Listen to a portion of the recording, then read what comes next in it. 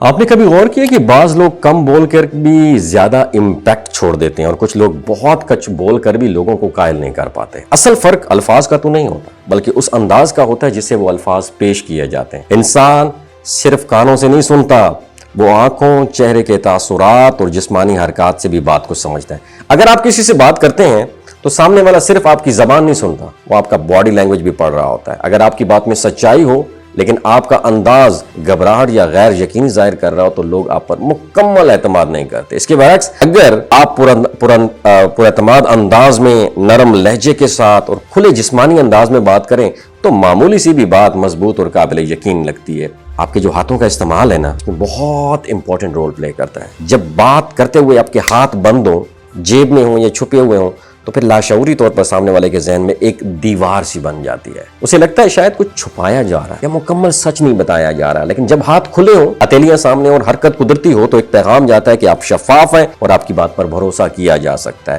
دوسری چیز، eye contact, یہ بہت زیادہ اہم ہے۔ جب آپ بات کرتے ہوئے نظریں چراتے ہیں تو آپ کا پیغام بڑا کمزور محسوس ہوتا ہے، لیکن جب آپ سامنے والے کی آنکھوں میں دیکھ کر بات کرتے ہیں تو اعتماد خود بخود بڑھ جاتا ہے۔ یہ عمل آنکھوں سے زیادہ طاقتور ہوتا ہے کیونکہ یہ براہ راست ذہن پر اثر کرتا ہے۔ جسمانی سکون بھی بہت زیادہ ضروری ہے، اور بے چینی، بار بار حرکت کرنا یا ضرورت سے زیادہ ہاتھ ملانا آپ کے پیغام کو کمزور کر سکتا ہے۔ ایک پرسکون اور متوازن انداز آپ کی شخصیت کو مضبوط بناتا ہے۔ اصل بات جو ہے وہ پتہ ہے کیا ہے؟ اعتماد صرف کہنے سے نہیں آتا، دکھانے سے آتا میری جان۔ اگر آپ چاہتے ہیں کہ لوگ آپ کی بات سنیں، آپ کی بات سمجھیں اور اس پر یقین کریں تو آپ کو اپنے انداز، اپنی حرکات اور اپنی موجودگی کو بھی اپنی بات کے ساتھ ہم آہنگ کرنا ہوگا۔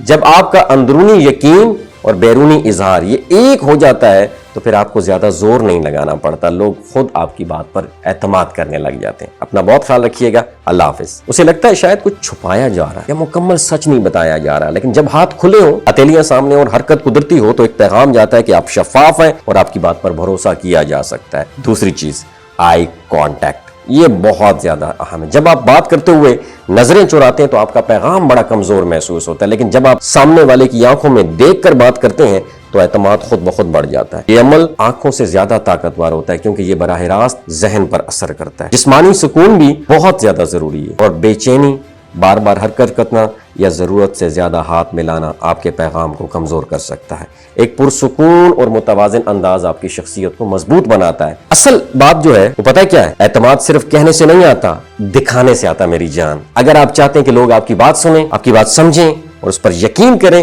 تو آپ کو اپنے انداز، اپنی حرکات اور اپنی موجودگی کو بھی اپنی بات کے ساتھ ہم آہنگ کرنا ہوگا۔ جب آپ کا اندرونی یقین اور بیرونی اظہار یہ ایک ہو جاتا ہے تو پھر آپ کو زیادہ زور نہیں لگانا پڑتا، لوگ خود آپ کی بات پر اعتماد کرنے لگ جاتے ہیں۔ اپنا بہت خیال رکھیے گا۔ اللہ حافظ۔